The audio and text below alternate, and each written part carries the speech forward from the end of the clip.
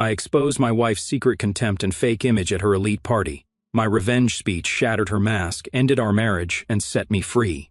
I wasn't even part of the conversation, but sometimes life hands you the truth when you least expect it. That night, my wife had invited a few of her close friends over for dinner. It wasn't unusual. She loved playing hostess, showing off the house, the expensive furniture, the meals she didn't cook but made sure looked impressive. I had no issue with it.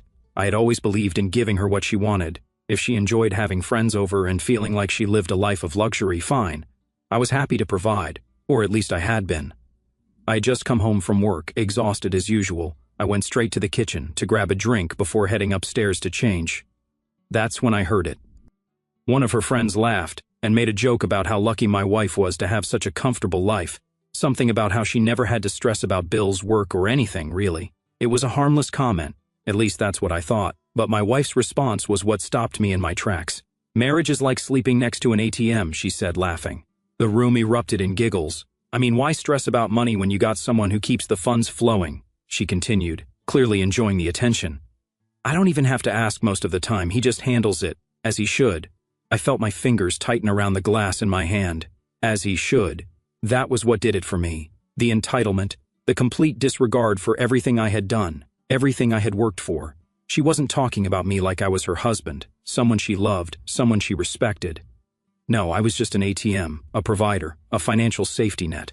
I should have walked into that room right then and there, should have confronted her in front of her friends and let her see just how much those words had cost her. But I didn't. I stayed quiet, hidden in the kitchen, listening to them joke about how great it must be to have a husband who just pays for everything without question. "You don't even work," one of her friends teased. "How did you manage to set this up so perfectly?" She grinned. "Simple, marry smart, not hard." More laughter. I felt something inside me shift. I wasn't angry. I wasn't sad. I was done. I set the glass down carefully on the counter, taking a slow breath.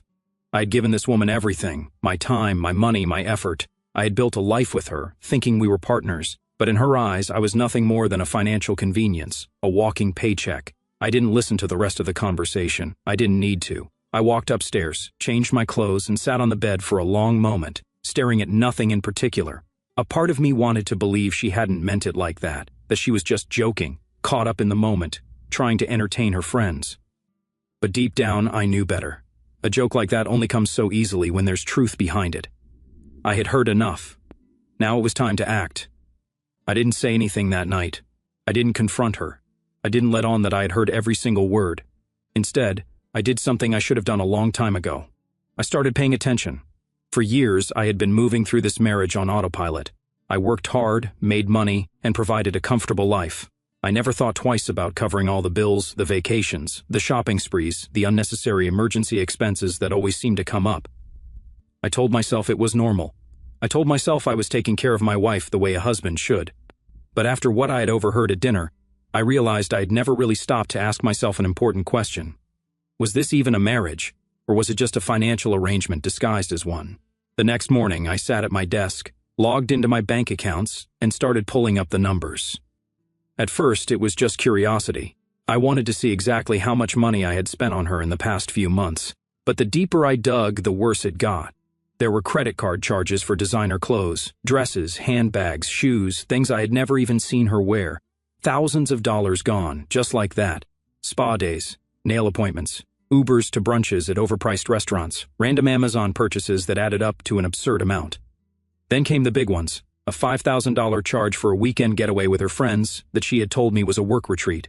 Jewelry she had claimed was a gift from her mother. Expensive home decor that she swore was on sale. But the receipts told a different story. I sat back in my chair, staring at the screen. She wasn't just spending my money, she was burning through it like it was endless. And I had been blind to it. It wasn't just the money, though. It was the pattern. I thought back to the last time she had done something for me. Something that didn't involve her spending my money. When was the last time she'd made dinner for me just because? When was the last time she had planned a date night without expecting me to foot the bill? When was the last time she had even asked me how I was doing? The answer was simple. She never had. I had been so busy working, providing, making sure she was happy, that I never noticed I was the only one giving in this relationship. She didn't contribute emotionally, financially, or even in the smallest ways that make a marriage a partnership. She simply took and what made it worse, she felt entitled to it. I remembered how easily she had laughed when she called me an ATM, how casually she had said, "as he should," as if my entire purpose in this marriage was to fund her lifestyle. I closed my laptop. It was clear now. She didn't love me. She loved the benefits of being with me, and that was something I could no longer ignore. I wasn't going to argue. I wasn't going to beg for respect or try to convince her to see me as more than a financial provider. No, I had already seen everything I needed to see. She had spoken freely, and I had listened. Now it was time for action.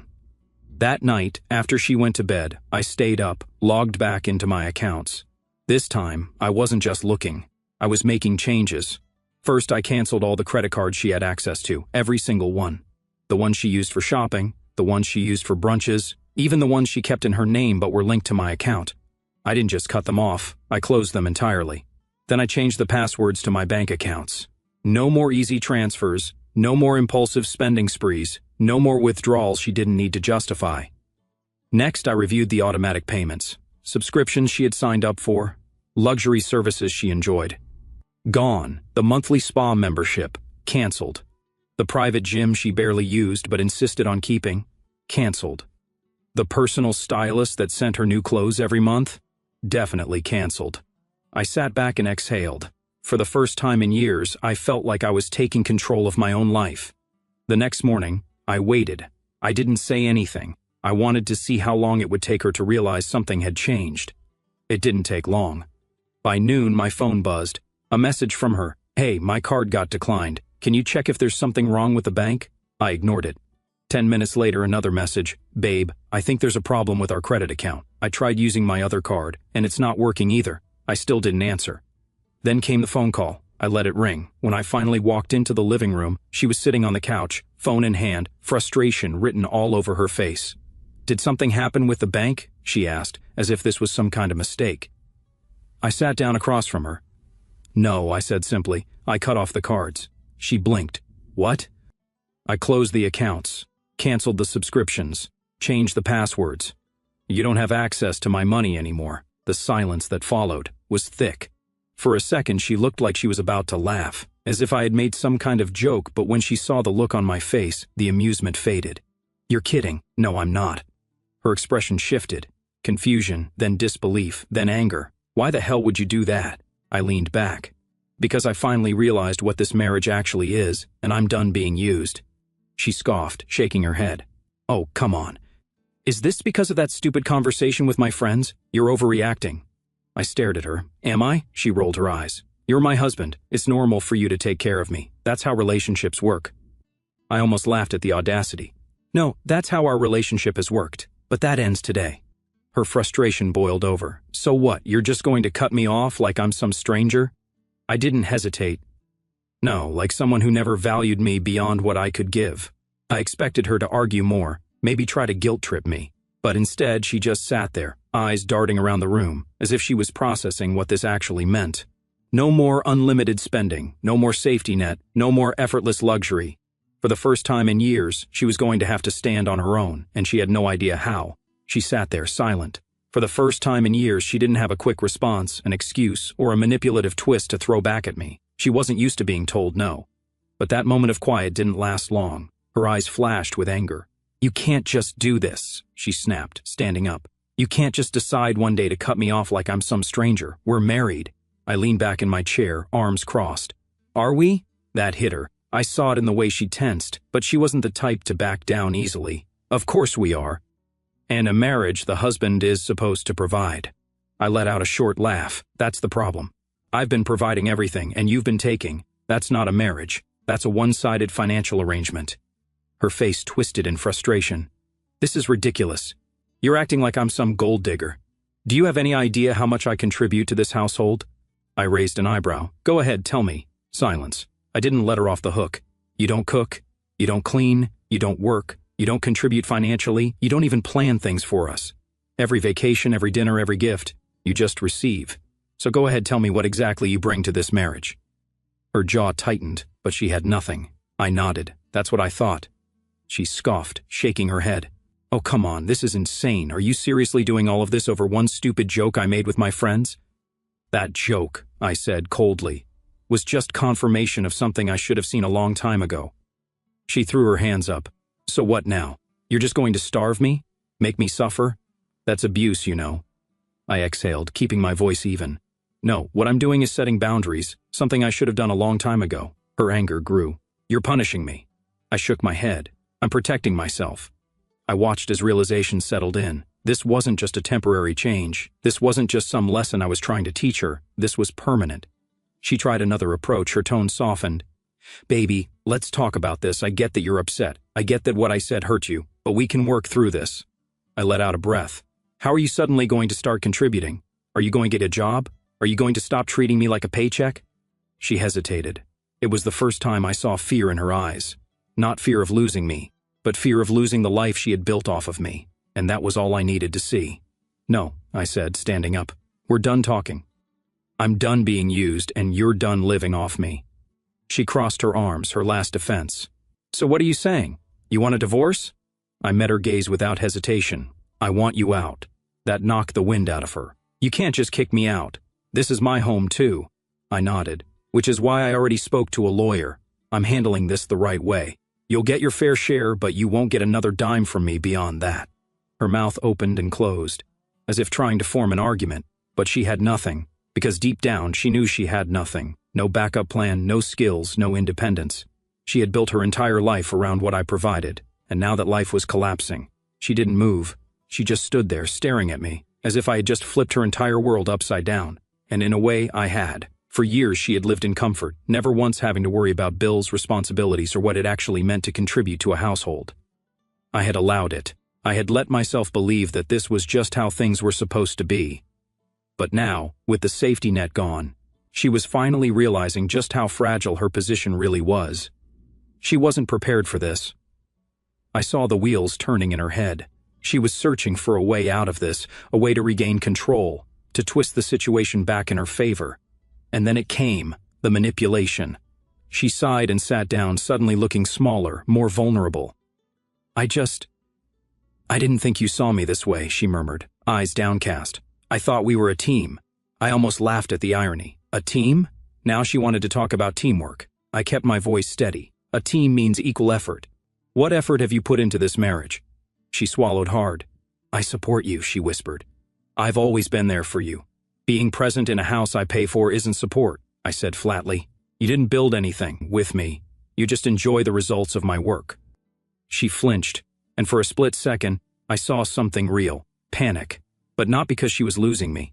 No, she was panicking because she was losing the lifestyle. I knew what was coming next before she even said it. If you kick me out, where am I supposed to go? She asked, voice trembling just enough to sound pitiful. I leaned forward. That's not my problem. Her eyes widened. I think that was the moment she truly understood I wasn't bluffing. She tried again. I can change. I shook my head. No, you can't. And even if you could, I wouldn't believe it. Her face twisted, and just like that, the vulnerability act was gone. Now she was angry, so that's it, she spat. You're just throwing me away. I didn't let her bait me. No, I'm refusing to be used anymore, she scoffed. You're pathetic. You think you can just replace me? I met her glare without hesitation. I don't need to replace you. I need to remove you. Silence. Then she tried one last desperate move, the guilt trip. You know, you're not as good of a husband as you think you are, she said, voice sharp now. I put up with a lot from you too. I smirked. Like what? The endless financial support? The house? The luxury? The vacations? She had nothing. I stood up, walked to the door, and opened it. You can pack your things, or I can have them sent wherever you end up. Your choice. She stared at me, as if waiting for me to take it back. I didn't. This was the moment where she could have proved me wrong, where she could have admitted that she was wrong, that she wanted to make things right, that she actually cared. But she didn't. She just grabbed her phone, stormed off upstairs, and slammed the bedroom door shut. She slammed the bedroom door so hard the walls shook. I just stood there, exhaling slowly, feeling the weight of everything settle in, but not in a bad way. No, for the first time in a long time, I felt like I had control over my own life again. I wasn't second-guessing myself. I wasn't wondering if I was making a mistake. I knew exactly what I was doing, and more importantly, I knew why I was doing it. Upstairs, I could hear drawers opening and closing, the sound of her rummaging through the closet. She was probably calling someone. Maybe one of those same friends she had laughed with that night, the ones who thought she had it all figured out. Mary Smart, not hard. Yeah, well, the free ride was over. I walked over to the kitchen, poured myself a glass of water, and sat down at the dining table, the same one where she had made that little joke about me being an ATM. It wasn't funny now, was it? 15 minutes later, she came down the stairs. She had a suitcase in one hand, her designer handbag in the other, dressed in expensive clothes, nails perfectly done, hair styled like she was about to step into some high-class event. The irony of it all nearly made me laugh. She looked exactly like what she was, a woman who had built her identity around luxury she never earned. She stopped in the doorway, waiting, expecting me to say something, maybe to stop her, to apologize, to offer a compromise. I didn't. She let out a sharp breath, rolling her eyes. "You'll regret this." I leaned back in my chair, taking a sip of my water. "No, I really won't." Her jaw clenched, her eyes scanning my face, looking for something. Any sign of hesitation, any sign that I might crack, but there was nothing left for her to find. "Where am I supposed to go?" she demanded, her voice sharper now. I shrugged. "Not my problem," she scoffed, shaking her head. "Unbelievable. You're really just throwing me out like I'm some stranger." "No," I said simply. "I'm throwing you out like someone who took advantage of me for years and thought it would never catch up to her." She let out a bitter laugh. "Wow, you really think you're better than me now, huh?" I smirked. "No, I've always been better than someone who sees marriage as a business arrangement. I just finally woke up." She glared at me, but deep down, she knew she had no power left in this conversation. Nothing she said would change my mind. After a long pause, she grabbed the handle of her suitcase and walked to the door. She didn't turn back. She didn't say goodbye. She just left. And just like that, the house felt lighter. No tension, no manipulation, no endless cycle of me working myself into exhaustion just to keep up with someone who never gave a damn about me. I stood up, stretched, and walked over to the window. Watched as she climbed into a rideshare, probably heading to a friend's place. Maybe she'd call a lawyer. Maybe she'd try to fight for more money in the divorce. But it didn't matter. I had already prepared for that. My assets were secured, my accounts were locked down. She had spent years treating me like an ATM. Now she was about to find out what life was like without one. I took another sip of my water, let out a slow breath, and smiled. Finally, I was free. Our story has come to an end. If you've made it this far, how about subscribing to our channel? It helps us immensely. I've selected 2 other videos for you that I'm sure you'll enjoy. Feel free to click on them. I'll be waiting for you in the next story. See you soon. It's been a few days since she walked out that door, suitcase in hand, her perfectly manicured nails clutching the handle like it was the last tether to the life she thought she'd secured forever. I'm sitting here in the living room, the same one where I heard her call me an ATM, and it's quiet. Too quiet, maybe. But it's the kind of silence that feels like a deep breath after holding it in for years. I keep waiting for the regret to hit, for that gnawing feeling in my gut that says I made a mistake, that I should have given her another chance, that I overreacted. But it's not coming. Instead, there's this strange mix of emotions swirling inside me: relief, anger, sadness, and something I haven't felt in a long time: clarity. Relief is the loudest. It's like I've been carrying a weight I didn't even realize was there. Like one of those dreams where you're running but your legs are stuck in quicksand.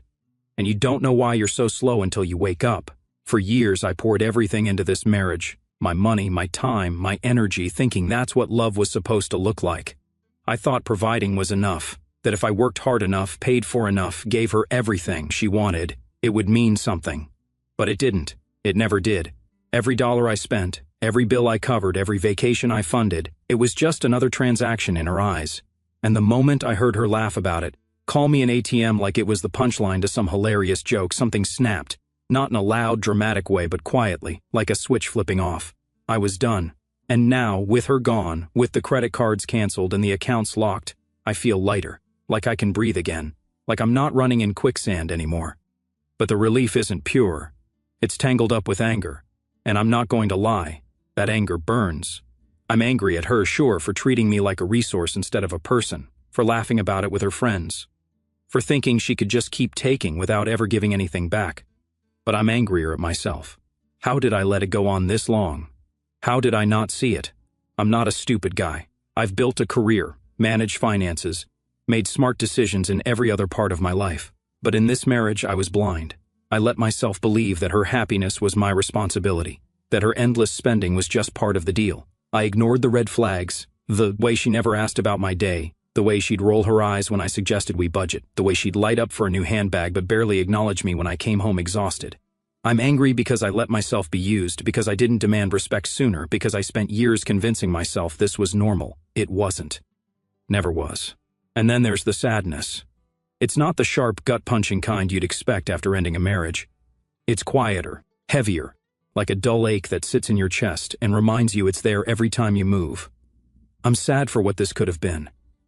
When we first got together, I thought we were building something real. I remember the early days, late-night talks, her laugh when I'd tell a dumb joke, the way we'd plan our future, like it was an adventure we couldn't wait to start. I loved her. I really did. And I thought she loved me too, but looking back, I wonder if she ever loved me or if she just loved the idea of me, the guy who could give her the life she wanted without her having to lift a finger. That's what hurts the most, I think. Not just that she used me, but that I might have been wrong about her all along. I'm sad for the years I spent trying to make her happy, for the moments I thought we were a team, for the version of her I built in my head that never really existed. But underneath all of that, relief, anger, sadness, there's something else, clarity. For the first time in years, I see things for what they are. I see her for who she is, not who I wanted her to be. I see this marriage for what it was, not what I hoped it would become. And most importantly, I see myself. I'm not just a provider, not just a paycheck, not just an ATM. I'm a person with my own needs, my own worth, my own right to be respected. I didn't realize how much I'd lost sight of that until I heard her words that night. They cut deep, not because they were cruel, but because they were true in a way she didn't even intend. She saw me as a means to an end, and I let her. But not anymore. I keep thinking about what's next. The house feels different now. It's still full of her stuff. Her expensive decor, her half-used candles, her closet overflowing with clothes she bought with my money. But it's starting to feel like mine again. I walked into the kitchen this morning and didn't feel that familiar dread of wondering what new charge I'd find on the credit card statement. I made coffee, sat at the table, and just existed. No expectations, no demands, no one waiting for me to fix something or pay for something. It's strange, but it's good. I'm not saying I'm healed or that I've got it all figured out. There's still a divorce to navigate, lawyers to deal with, and probably more drama when she realizes I'm serious about cutting her off. But I'm ready for it. I'm not afraid anymore. I'm also starting to think about what I want. Not what she wants, not what a husband is supposed to do, but what I want. Maybe I'll take a trip somewhere just for me. Maybe I'll start cooking again, not because I have to, but because I enjoy it. Maybe I'll call up some old friends I haven't seen in years because I was too busy working to keep up with her lifestyle. I don't know yet, but the possibilities feel exciting instead of overwhelming. For the first time in a long time, I feel like my life is mine to shape. There's a part of me that wonders if she'll ever understand what she lost. Not just the money, but the person who was willing to give her everything. I don't think she will. She's too caught up in her world of luxury and appearances to see what she threw away, and that's okay. I don't need her to get it. I don't need her to apologize or change or beg me to take her back. I just need to keep moving forward, one step at a time, into a life where I'm valued for more than what I can provide. So yeah, I'm relieved, I'm angry, I'm sad, and I'm clear-headed. It's a mess of emotions, but it's mine, and for the first time in years I'm okay with that. I'm okay with being me, flaws and all, without someone else's expectations weighing me down. I'm free, and I'm going to make damn sure I don't forget what that feels like.